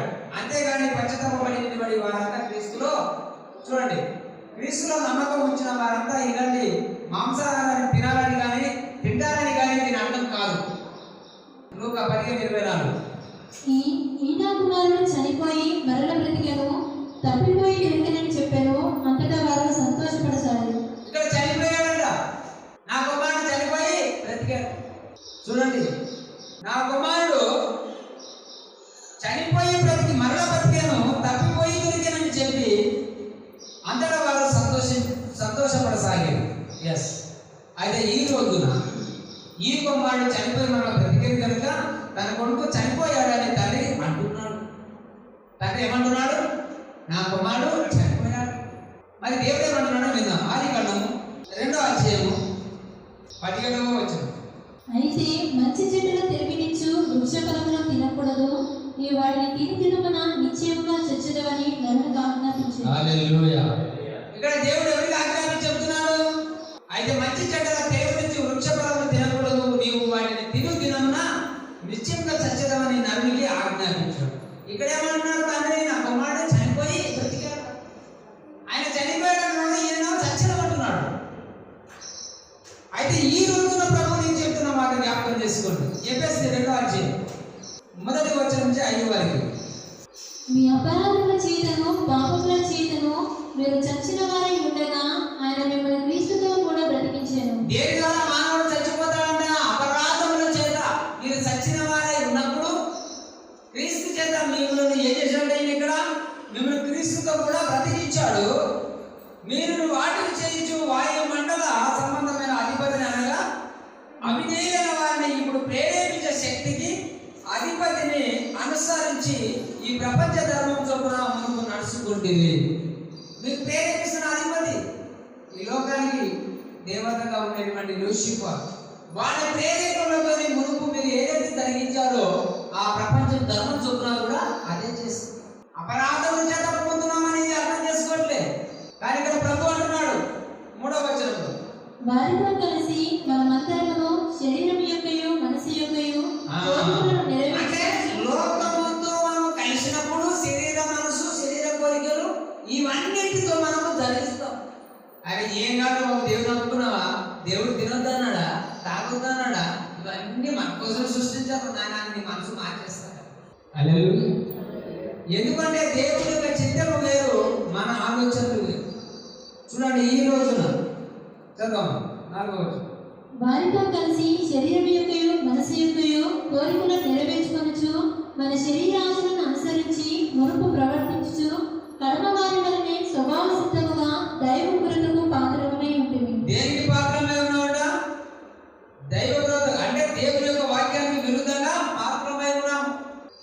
చేసుకోవాలి, మనం తెలుసుకోవాలి. తన కుమారుడు పశ్చాత్తాపడ్డాడు, నేను చేసింది తప్పు చాలా 100% ఇది రాంగు అని తెలుసుకొని పశ్చాత్తాపడ్డాడు. ఇక్కడ మనం చూస్తే చదవము ఇంకా ఆయనను దేవుడు కరుణా సంపన్నుడై ఉండి మనము మన అపరాధముల చేత చచ్చిన వారమై ఉండినప్పుడు సహితము మన ఎడల చూపిన తన మహా ప్రేమ చేత మనను క్రీస్తుతో కూడా బ్రతికించారు. హల్లెలూయా. చేతనే మీరు రక్షింపబడ్డారు. మన అపరాధముల చేత ఉన్నప్పుడు ఆయన యేసుక్రీస్తులో కృప చేత మనల్ని రక్షించుకున్నాడు. మన పిల్లలు, మన కొడుకు కానీ బిడ్డ కానీ ఎవరైనా బాగలేకుంటే నువ్వు ఎంత అబ్బాయిని తెచ్చి వాడిని హాస్పిటల్లో వైద్యుల దగ్గర ఎక్కడ చూపించి బాగు చేసుకుంటావు, అవునా కదా? అలాగే ఆయన కృపలో మనల్ని రక్షించుకున్నాడంట. మరి మన ఇంటున్న వాక్యం ఎక్కడ పోతుంది? మనం వస్తున్నటువంటి మార్గంలో నీతిని అనుసరించి నడిచినటువంటి జీవితం ఎక్కడ పోతుంది? క్రైస్తవుల దినదినము ప్రేమ చల్లారిపోతుంది. అందుకని ప్రకటనలు అన్నాడు, నీకు మునుపు ఉన్న ప్రేమ ఇప్పుడు లేదు. ఆ ప్రేమను విడిస్తే కనుక నీ మీద నేను ఉమ్మివేయ వలసి వచ్చింది. అవునా? వాక్యం ఉందండి, దేవుడు చెప్తున్నాడు, కానీ మనము ఇంకా అర్థం చేసుకోలేదు. అయితే ఇక్కడ చూడండి, ఈ రోజు కొలస్సీ గ్రంథం 2:13 మరియు అపరాధముల వలనను శరీరమందు సున్నతి పొందక ఉండుట వలనను మీరు మృతులై ఉండగా దేవుడు వ్రాతపూర్వకమైన ఆజ్ఞల వలన మన మీద రుణముగాను మనకు విరోధముగాను ఉండిన పత్రమును మేకులతో సిలువకు కొట్టి దాని మీద చేవ్రాతను తుడిచివేసి మనకు అడ్డము లేకుండా దాన్ని ఎత్తివేసి మన అపరాధములన్నిటిని క్షమించి ఆయనతో కూడా మమ్మను జీవింపజేసింది. ఆయన ప్రధానులను అధికారులను నిరాయుధులుగా చేసి సిలువ చేత జయోత్సవముతో వారిని పట్టి తెచ్చి బాహాటముగా వేడుకకు కనపరిచాడు. హల్లెలూయా. ఇక్కడ ఏం చేశాడు దేవుడు? అపరాధముల వలన శరీరమందు సున్నతి పొందిన ఉండడం వలన మీరు వృద్ధులైతే ఎప్పుడన్నా బాప్తిజం తీసుకోవాలి చాలా మంది ఉంటారు. హల్లెలూయా. 1 తిమోతి 5:6 సుఖభోగములందు ప్రవర్తించినది బ్రతుకుచుండియు చచ్చినదై ఉండును. సుఖభోగములందు ప్రవర్తించేవాడు సంగమలో ఉన్నా బయట ఉన్నా వాడు చచ్చిన వారి వలె ఉంటాడంట. సుఖభోగములందు శరీరాన్ని సుఖపెడుతూ, అవునా?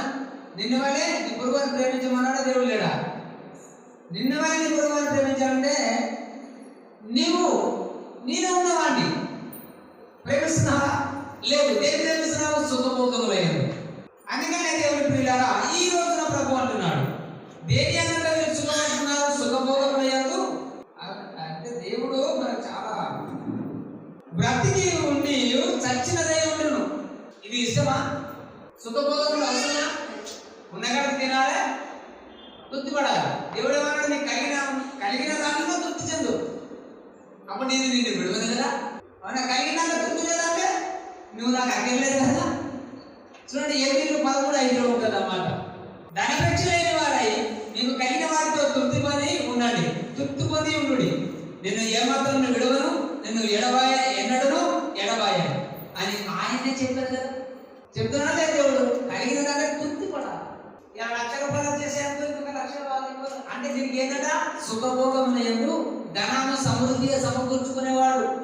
అయితే ఈ రోజున ప్రభు అంటున్నాడు, జ్ఞాపకం చేద్దాం, ఎందుకు ఎక్కడికి వస్తారో చూడండి. అంటే పాపము మూలంగా మనం అత్యధికంగా చచ్చిపోయాం.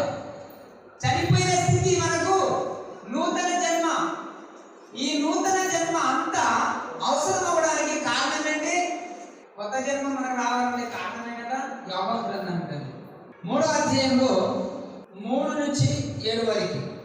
అందుకే యేసు అతనితో, ఒకడు క్రొత్తగా జన్మించితేనే కానీ అతడు దేవుని రాజ్యంలో చూడలేడని మీకు నిశ్చయంగా చెప్పుచున్నాను. హల్లెలూయా. ఇక్కడ ఏమన్నాడు? అందుకే యేసు అతనితో, ఒకడు క్రొత్తగా జన్మించితేనే కానీ అతడు దేవుని రాజ్యాన్ని చూడలేదు. అవునా? యేసును నువ్వు చూస్తావా? చూడాలనుకున్నావా? చూడలేకపోతున్నావా? అయితే నువ్వు కొత్తగా జన్మించితే తప్ప నన్ను చూడలేదు. చూడండి, ఇక్కడ ఏమంటున్నాడు ఇంకొక మాట. అందుకు నికోదేము, ముసలివాడైన మనుషులేడాతో జన్మింపగలడు. ఇక్కడ ఒక వ్యక్తి ఉన్నాడు, నికోదేము అనే ఒక వ్యక్తికి సందేహం కలిగింది. ఒక మనిషి ముసలివాడు చనిపోయి ఎలా జన్మిస్తాడు అంటున్నాడు, సందేహము. అయితే ఇక్కడ చూడండి, రెండవ మారు తండ్రి గర్భంలో ప్రవేశించి జన్మింపగలడా అని ఆయన అడగగా, ఇక్కడ ఒక వ్యక్తి రెండవ మనిషి మరణించి తల్లి గర్భంలో మళ్ళీ జన్మించగలడా? చూడండి 5వ వచనం. యేసు ఇట్లనెను, ఒకడు నీటి మూలముగాను ఆత్మ మూలముగాను జన్మించితేనే కానీ దేవుని రాజ్యంలో ప్రవేశింపలేరని మీతో నిశ్చయముగా ఇక్కడ చెప్పుచున్నాను. ఏసేమన్నాడు, అలాగే నాయన, ఒకడు నీటి మూలంగా, ఒకడు ఆత్మ మూలంగా. అవునా? పరిశుద్ధాత్మ పొందుకొని బాప్తిజం తీసుకున్నవాడు నూతన జన్మ. అతడు యేసునందు ఉన్నప్పుడు పాతని గద్దించను, సమస్తము నూతనిది అయింది. ఈ వ్యక్తి ఎక్కడ ఉన్నా, ఏది వచ్చినా యేసునామములో చేతులెత్తి ప్రార్థించగా ఆ వచ్చిన సమస్యకు పరిష్కారం దొరుకుతుంది. ఆమేన్, హల్లెలూయా. చూడండి 6వ వచనం. శరీర మూలముగా జన్మించినది శరీరమును, ఆత్మ మూలముగా జన్మించినది ఆత్మయునైనది. మీరు కొత్తగా జన్మింపవలనని నేను మీతో చెప్పినందుకు ఆశ్చర్యపడవద్దు. మీతో కొత్తగా జన్మించాలని చెప్పినందుకు ఆశ్చర్యపడదు అని దేవుడు ఇక్కడ రాసిన మాటలు చూస్తే, పశ్చాత్తాపపడిన పాపుల గురించి పరలోకములో విల్లి విరిసేటువంటి ఆనందోత్సవం కలుగుతుంది. ఆమేన్. ఆ పరలోక రాజ్యానికి వెళ్ళాలంటే ఇక్కడ ఆ రక్షణ పొందుకొని కొత్తగా జన్మించాలంటే బాప్తిసం, రెండోది ఆత్మలో వర్ధిల్లాడు. ఈ రెండు కలిగిన వాడికి పరలోక రాజ్యానికి అర్హత ఉంటుంది. రెండు కలిగినప్పటికైనా భక్తిహీనత మార్గంలో ఉండదు. నమ్మి బాప్తిసం పొందుకున్న వాడు రక్షించబడతాడు, నమ్మని వారికి శిక్ష విధించబడుతుంది. కానీ ఇక్కడ ప్రభు అంటున్నాడు, ఈ రోజు చూడండి లూకా 15:7-10 వరకు. అటువలే మారుమనసు అక్కర్లేని 99 మంది నీతిమంతుల విషయమై కలుగు సంతోషము కంటే మారుమనసు పొందు ఒక్క పాపి విషయమై పరలోకమందు ఎక్కువ సంతోషం కలుగు. అది అయితే దేవుడు ఇక్కడ ఏమంటున్నాడంటే, మారుమనసు అవసరం లేనిబట్టి 99 గొర్రెలు ఆ కొండ మీద వదిలేశాడు. అవి ఎక్కడ పోవు. నా వాక్యం అందుకే చేసేయాలో తెలుసా ప్రభువా, నువ్వు నాకు ఇచ్చినది ఇగో నేను వీరికి ఇచ్చుతున్నా, నాకు ఇచ్చిన మహిమ వీళ్ళకి ఇచ్చాను, నీ నామమందు వీళ్ళను కాపాడమన్నాడు. ప్రార్థించాడు, తండ్రికి ప్రాధేయపడ్డాడు, నీ వాక్యం నేను వీళ్ళకి ఇచ్చాను, ఆ వాక్యం నన్ను కాపాడు. హల్లెలూయా. అందుకని ఆ కొండ మీద వదిలేసి 99 మంది పశ్చాత్తాపపడని వాళ్ళకి, అవునా, ఇంకా ఏ సందేహం కలగదు, వాళ్ళకు వాక్యంలో బలపడ్డారు, వాక్యంలో ఎదిగారు, రక్షణ పొందారు, ఆత్మలో వదిలితున్నారు. కాబట్టి 99 మందిని అక్కడనే యేసు వదిలేశాడు. వదిలేసి ఎక్కడికి వచ్చేసాడు? తప్పిపోయిన పాపిని వెతుకుంటున్నాడు. హల్లెలూయా. అయితే దేవుడి బిడ్డలారా, ఈ రోజు కూడా ఎవరైనా చిన్న కుమారుడు అనేటువంటి స్వభావం కలిగి ఉంటే, కొంచెం ఆ భక్తిహీన మార్గం విడుచుకుంటే దేవుడు మన యందు జాలి చూపుతాడు. ఆమేన్.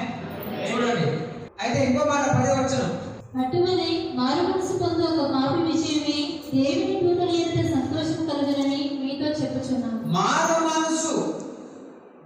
మనసు పొందుకుంటే ఒక పాపి విషయమై దేవుని దూతల ఎదుట సంతోషం కలుగుతుందని యేసు ప్రభు వారు చెప్తున్నారు. అయితే ఇక్కడ మీరు జ్ఞాపకం చేసుకోవాలి ఒక్క మాట చెప్పేది. అంటే ఇప్పుడు ఒక పాపి మారు మనసు పొందితే దేవుడు ఎక్కడ ఉంటాడో ఇక్కడ చూపిస్తారు. చెప్పేది 3:17. నీ దేవుడైన యెహోవా నీ మధ్య ఉన్నాడు, ఆయన శక్తిమంతుడు, ఆయన మిమ్మల్ని రక్షించును, ఆయన బహు ఆనందంతో నీ యందు సంతోషించును, నీ యందు కలుగున్న ప్రేమను బట్టి శాంతము వహించి నీ అందరి సంతోషం చేత ఆయన హర్షించును. ఆమేన్, హల్లెలూయా. ఏమన్నాడు? నీ దేవుడైన యెహోవా నీ మధ్య ఉన్నాడు, ఆయన శక్తిమంతుడు, ఆయన మిమ్మల్ని రక్షించును, ఆయన బహు ఆనందముతో నీ యందు సంతోషించును, నీ యందు తనకున్న ప్రేమను ఏం చేస్తాడు దేవుడు? తనకున్న ప్రేమను బట్టి శాంతము వహించి నీ అందరి సంతోషం చేత ఆయన హర్షించును. హల్లెలూయా. ఎందుకంటే ప్రియులారా, జ్ఞాపకం చేసుకో, ఒక పాపి దేవుని వైపు తిరిగినప్పుడు ప్రతి సందర్భాన్ని ఆయనకు పండుగ. ఆమేన్. ఒక పాపి దేవుని వైపు వచ్చినప్పుడు ప్రతి సమయంలో ఆయన దేవునికి పండుగ. అందుకే హర్షిస్తాడు, సంతోషిస్తాడు, ఆనందపడతాడు పాపి మారు మనసు పొందుకున్నప్పుడు. చూడండి లూకా 15:25. అప్పుడు అతని పెద్ద కుమారుడు పొలములో ఉండెను, వాడు పొలము నుండి వచ్చుచు ఇంటి దగ్గరకు రాగా. హల్లెలూయా. ఇప్పుడు ఎవరి గురించి మాట్లాడాము? చిన్న కొడుకు. ఇప్పుడు ఎక్కడికి వస్తున్నాము? పెద్ద కొడుకు. చూడండి, వాడు ఇంటి దగ్గరకు రాగా వాద్యములను నాట్యమును జరుగుట విని దాసులలో ఒకరిని పిలిచి ఇవి ఏమిటని అడగగా, ఆ దాసుడు అతనితో, నీ తమ్ముడు వచ్చి ఉన్నాడు, అతను తన యొద్దకు సురక్షితముగా వచ్చినందున నీ తండ్రి గొప్పిన దూడను వధించినను. హల్లెలూయా. పొలంకి వచ్చి బయట ఉన్నాడు, పైన పిలిచాడు దాసుని. అరే ఏంటో అంత అలవాటు చేస్తున్నారు, అంత అక్కడనే ఉంది, ఏదో తాంబూలాలు ఏగుతున్నాయి మోగుతున్నాయి అని అడిగితే నీ తమ్ముడు సురక్షితంగా వచ్చినందుకు నీ అయ్యా పండుగ చేస్తున్నాను, అవునా, నీ తండ్రి అతనికి విందు చేస్తున్నాడు అని చెప్పినప్పుడు పెద్ద కొడుకు ఏం చేస్తున్నాడు చూడండి. అయితే అతడు కోపపడి లోపలికి వెళ్ళగొల్లకపోయాను. అతనికి ఏమొచ్చేసిందా? కోపం వచ్చేసింది. ఈ మార్గం తెలియదు పెద్ద కొడుకుకి, కానీ కోపం మాత్రం వచ్చేసింది. వచ్చేసి ఏమైపోయింది, లోపలికి పోగా అక్కడ నిలిచిపోయాడు. లోపలికి వెళ్ళగా నిలిచిపోయాడు. సంఘానికి రాని ప్రతి కుటుంబం అలాగే ఉండిపోతారు, అవునా? అయితే ఇక్కడ ఏం జరుగుతుంది, తండ్రి మళ్ళీ దగ్గరికి వెళ్ళి పెద్ద కొడుకుని తీసుకొని లోపలికి వచ్చేస్తాడు. ఎందుకు వస్తాడు అంటే చదవండి. గనుక అతని తండ్రి వెలుపలికి వచ్చి లోపలికి రమ్మని బతిమాలుకొనెను. అందుకు అతడు తన తండ్రితో, ఇదిగో ఇన్ని ఏళ్ళ నుండి నిన్ను సేవించుచున్నానే, నీ ఆజ్ఞను ఎన్నడూ మీరలేదే, అయినను నా స్నేహితులతో సంతోషపడినట్లు నువ్వు నాకెన్నడూ ఒక మేకు పిల్లనైనను ఇయ్యలేదు. అయితే ఈ ఆస్తిని వేషలతో తినివేసిన ఈ నా కుమారుడు రాగానే నీ కొరకు క్రొవ్విన దూడను వధించితివని చెప్పాను. హల్లెలూయా. చూశారా, ఎన్నడూ నాకు ఒక మేక పిల్లని ఇచ్చావా? అయ్యా బిడ్డ, నీ కొడుకు నీ స్నేహితులతో సంతోషపడి నీ కొడుకు ఎప్పుడైనా ఇచ్చావా? ఇవ్వలేదు. కానీ వాడు ఆస్తిని పంచుకొని పోయి వేశ్యలతో ఆగం చేసుకొని మొత్తం పాటు చేసుకొని వస్తే వీడికి చేస్తున్నానండి. పెద్ద కొడుకు వచ్చేసింది, పౌరుషం కోపం వచ్చేసి. అయితే తండ్రి మాట వినండి, చదవమా. అందుకతడు, కుమారుడా, నీ వెళ్ళప్పుడు నాతో కూడా ఉన్నావు, నావన్నీ నీవి. హల్లెలూయా. ఏమంటున్నాడు పెద్ద కొడుకు? ఏమంటున్నాడు? కుమారుడా, నువ్వు ఎల్లప్పుడూ నాతో ఉన్నావు కాబట్టి నావన్నీ నీవి. అవును, ఎవరిట? దేవుని అన్ని మనం ఎందుకు పొందుకోలేకపోతున్నాం? దేవుని యోధ నుంచి ఎందుకు తీసుకోలేకపోతున్నాం అంటే చూడండి, ఇక్కడ మనం గమనిస్తే అందుకని తండ్రితో అన్నప్పుడు తండ్రి ఏమనంటే ఈ మాట చెప్తున్నాడు. అందుకని కుమారుడా, నీవు ఎల్లప్పుడూ నాతో కూడా ఉన్నావు, నావన్నీ నీవి. మనం సంతోషపడి ఆనందించడం యుక్తమే కదా, అవునా? మనం సంతోషపడి ఆనందించవలసింది యుక్తమే కదా. ఓకే, ఈ నీకు తమ్ముడు చనిపోయి తిరిగి బ్రతికను, తప్పిపోయి దొరికినని అతనితో చెప్పాడు. హల్లెలూయా. అందుకంటే దేవుడి ఎదుట మనము వస్తూ ఉంటాం, పోతా ఉంటాం, మనం కొంచెం లేట్గా ప్లస్ అవుతాం. అయితే తండ్రి అంటున్నాడు, ఎప్పుడు నువ్వు నా ఎదుట ఉన్నావు కదా, అవునా, నా అన్ని నీవే. అతనికి పంచిచ్చాను, పోగొట్టుకున్నాడు, కొంచెము తృప్తిగా భోజనం పెడుతున్నాను, దాని అని మనం సంతోషించాలి. అతను కొంచెం మైండ్ ఇంకొక గోత్రి వెళ్ళిపోకుండా, అవునా, ఏమంటారు వీళ్ళు ఏమంటారు వాళ్ళు ఏమంటారు అనుకొని మరి అంత ఆగం కాకుండా అతను సంతోషపరిచి మళ్ళీ ఈ సభలు కలుపుకోవాలని సంతోషించడం అంతే. అది కానీ నావన్నీ నీయే, నువ్వు 2 మేక పిల్లలు, 1 మేక పిల్లలు సంతోషం కోసం అడుగుతున్నావా అని తండ్రి కుమారుడు సమాధానం పరిచారు. అయితే ఈ రోజున ప్రభు అంటున్నాడు, దేవుని బిడ్డలారా, ఎందుకంటే మనం జ్ఞాపకం చేసుకోవాలి, తండ్రి వచ్చి లోపలికి రమ్మని యేసు పాపాలను దేవుని దగ్గరికి తెస్తున్నాడు. యేసే చేశాడు, పాపాత్మని దేవుని దగ్గరికి తీసుకొని వస్తున్నాడు. దేవుని దగ్గరికి వచ్చి చూడండి, 2వ వచనం చదువు ఒకసారి. లూకా 15:2. పరిచయులు శాస్త్రులు అది చూసి ఇతడు పాపాలను చేర్చుకొని వారితో కూడా భోజనం చేస్తున్నాడని చాలా సనుకున్నారు. ఎవరు? శాస్త్రులు. ఇతడు పాపం కలిసినటువంటి మనుషులతో భోజనం చేస్తున్నాడంటే యేసయ్య పాపుల్ని దేవుని దగ్గరికి తెస్తున్నాడు. అయితే ఇక్కడ ఈ రోజున గమనిస్తే సనుకుతూ విమర్శించిన ఇజ్రాయేల్ మత నాయకుడు, అవునా, పెద్ద కొడుకు చూసినగా ఉన్నారు. పెద్ద కొడుకు ఏమన్నాడు? వీడు అన్ని పోగొట్టుకుంటే వాళ్ళు చేస్తున్నావు, నాకేమైనా ఇచ్చావా అనేటువంటి పెద్ద కొడుకు సాదృశ్యంగా వీళ్ళు ఉన్నారు. అయితే ఈ రోజున ప్రభు అంటున్నాడండి, యేసు చెప్పిన ఇదివరకే ఒక మాట చెప్పాడు 3 వచ్చినప్పుడు. అందుకని వారితో ఈ ఉపమానం చెప్పాను, మీలో ఏ మనిషికైనా 100 గొర్రెలు కలిగి ఉండగా వాటిలో ఒకటి తప్పిపోయిన ఎడలా అతడు 99 అడవిలో ఒడిసిపెట్టి తప్పిపోయినది దొరుకు వరకు దాన్ని వెతక వెళ్ళాడా. అయితే ఈ రోజున మీరు జ్ఞాపకం చేసుకోవాలి, ఇలాంటి వ్యక్తులు ఈ లోకంలో ఇప్పటికీ ఉన్నారు అంటున్నాడు. ఇప్పటికీ ఉన్నారు. ఎందుకు అంటే మనం జ్ఞాపకం చేసుకోవాలి ఒక్కొక్కసారి. అయితే అతను కోపపడి లోపలికి వెళ్ళనకపోయాను గనక అతని తండ్రి వెలుపలికి వచ్చి లోపలికి రమ్మని అతని బతిమాలుకున్నాడు. ఇలాంటి మనుషులు లోకంలో ఇంకా ఇప్పటికి ఉన్నారు. అయితే ఇక్కడ ప్రభు అంటున్నాడండి, ఈ రోజున ఏం చెప్తున్నాడు ఆయన అంటే, ఇలాంటి వారి పాపాలు కొన్నింటిని చూడవచ్చు. దేవుని దృష్టిలో ఈ పాపాలు చిన్న కొడుకు చేసిన పాపాలంతా చెడ్డవేమీ కావు. ఆనాడు చిన్న కొడుకు చేసిన పాపాల కన్నా చెడ్డవేమి కావు, కానీ పెద్ద కొడుకు చిన్నగా ఉన్నారు. అయితే ఈ రోజున అవునా అంతకన్నా చెడ్డవేమి కావు, కానీ కరుణాపూర్వకంగా జరిగినందుకు ఈ పాపానికి ఏం జరిగింది అంటే జ్ఞాపకం చేస్తే అవునా మనము వేరొకరి దీవెనలు కావాలి, వేరొకరి సహాయం మనకు కలగాలని అసియా రక్త బంధువులపై ద్వేషం. చిన్న కొడుకు హల్లెలూయా. చిన్న కొడుకుకి ఏం చెప్తున్నారు పెద్ద కొడుకు అంటే ఇతరులపై ద్వేషం. ఇప్పుడు తండ్రికి చేస్తే పెద్ద కొడుకు ఏమొచ్చింది? కోపం. చిన్న కొడుకును చూస్తే కనీసం తమ్ముడు అనడం లేదైనా కోపంతో ఉన్నాడు. లోపలికి రాకుండా బయట నిలిచిపోయాడు. తన తమ్ముడని ఆయన మాట కూడా అంటలేడు. వేషలతో చెడన ఆస్తినంతా పాటు చేసుకుని వచ్చావు, వీడికి నువ్వు వృద్ధి చేస్తావా అని పెద్ద కొడుకు కోపం వచ్చేసింది. అయితే ఈ రోజున ప్రభు అంటున్నాడండి, అతడు తమ్ముడు అనలేదు కానీ కనుక అతడు విందులోకి వెళ్ళడానికి నిరాకరించాడు. ఆ విందు నాకు అవసరం లేదు అనేటువంటి పెద్ద కొడుకు బయట ఉంటే తండ్రి వచ్చి బతిమలాడి లోపలికి రా అంటే అర్థమండి భోజనం చేయి. ఎందుకు కలిగి ఉంటావు? ఎప్పుడు నువ్వు నా ఎదుట ఉన్నావు కాబట్టి నావన్నీ నీవని తండ్రి చెప్తున్నాడు. ఆ మాట చెప్పకపోతే పెద్దవాడు సమాధానం పడలేడు. అందుకని దేవుడు జంట ప్రేమించే వారిట దేవుడు ఏం చేస్తాడ?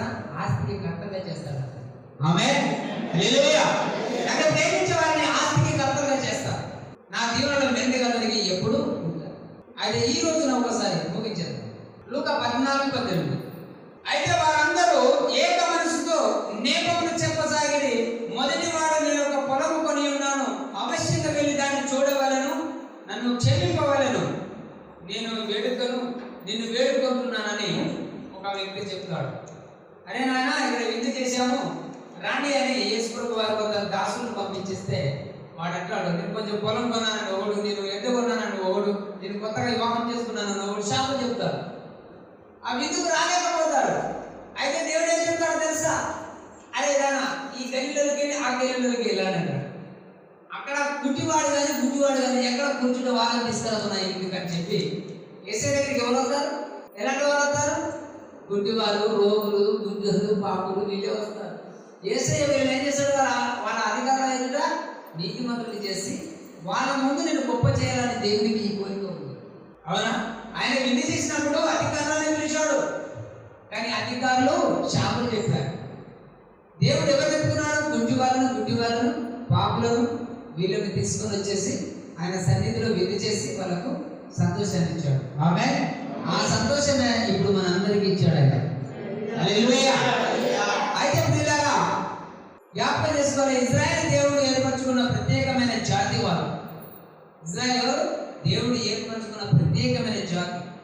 అంటే దేవుని రాజ్యము యూదుల చేతిలో ఉంది. దేవుని రాజ్యం ఎవరి దగ్గర ఉంది? నీ దగ్గరే ఉంది. నీ దగ్గర పట్టుకొని ఇలా వచ్చేస్తుంది అపవాది. కొంచెం ఊపుతుంది, ఇలా పడిపోతావా, స్ట్రాంగ్ ఉన్నావా దేవుళ్ళని ఊపినప్పుడు ఇవన్నీ మర్చిపోతావు.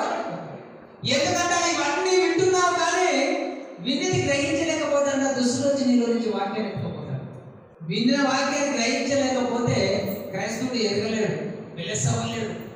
ఈ రోజున ప్రభు యొక్క నామానికి మహిమ కలుగునుగాక. ఎందుకంటే చూడండి, ఆ కాలంలో యూదుల నాయకులకు పెద్ద కొడుకు ఒక సూచనగా ఉన్నాడు. ఇక్కడ మనం చూస్తే ఇప్పుడు విశ్వాసుల గురించి ఏం చెప్పబడిందో చూద్దాం ఒకసారి. మొదటి కొరింథీ గ్రంథం 3వ అధ్యాయం 21-23 వరకు. కాబట్టి ఎవడనో మనుషుల యందు అతిశయింపకూడదు, సమస్తమును మీవి. హల్లెలూయా. మనుషుల దగ్గర ఆశపడతావు, అయ్యా 10,000 ఇస్తావా, అవలా ఇల్లు ఇంటి కట్టుకోవా, పిల్లలు తీసుకెళ్తారని అడుగుతావా? మనుషుల ఎదుట అతిశయించు, సమస్తము మీ. చదవండి 22లో. చూడండి, పోలైనను అపోలైనను కేపాయినను లోకమైనను జీవమైనను మరణమైనను ప్రస్తుత మందున్నవైనను రాబోతున్నవైనను సమస్తము మీవే. మీరు క్రీస్తు వారు, క్రీస్తు క్రీస్తు దేవుని వాడు. ఆమేన్. ఎవరి అంటే ఇవన్నీ మనది. మనుషుల యందు అతిశయపడొద్దంట. అతిశయపడితే ఏమంటారు? అరే దేవుని నమ్ముకొని మీ దేవుడు ఇవ్వలేడు అదేకో వాళ్ళు వచ్చి మమ్మల్ని అడుగుతావు, అవునా? ఇలాగా అవమానపరుస్తారు దేవుని. ఎవరి చేత? నీవు చేపట్టి నువ్వు పోయి వాడిని అడగడం, వాడి మీద నిందించడం. సృష్టికర్త దేవుని మనిషి సృష్టిని నమ్ముకుంటున్నాడు మానవుడు. ఒక మనిషిని నమ్ముకోకపోయానే నాకు సాయం చేయమంటే అడగమంటాడు, ఓ దేవుడిని నమ్ముకుని గొప్ప చెప్తావు కదా, నీ దేవుడు చేయడా నీకు మేలు నిందలేస్తా. నీవు అడగడం వలన దేవునికి ఒక మాట వచ్చేసి మనము ఎవరిని అడగకుండా మనం వాక్యాన్ని విన్నామో వాక్యమందు నిలిచి ఉండి దాన్ని గ్రహించి దేవుని వాక్యానుసారంగా నువ్వు జీవిస్తే సమస్తము మనది. ఆమేన్. హల్లెలూయా. ఎవరి సమస్తము అవసరం లేదు మీకు, అవసరం సంపర్కండి దేవుని మహిమపరచాలి.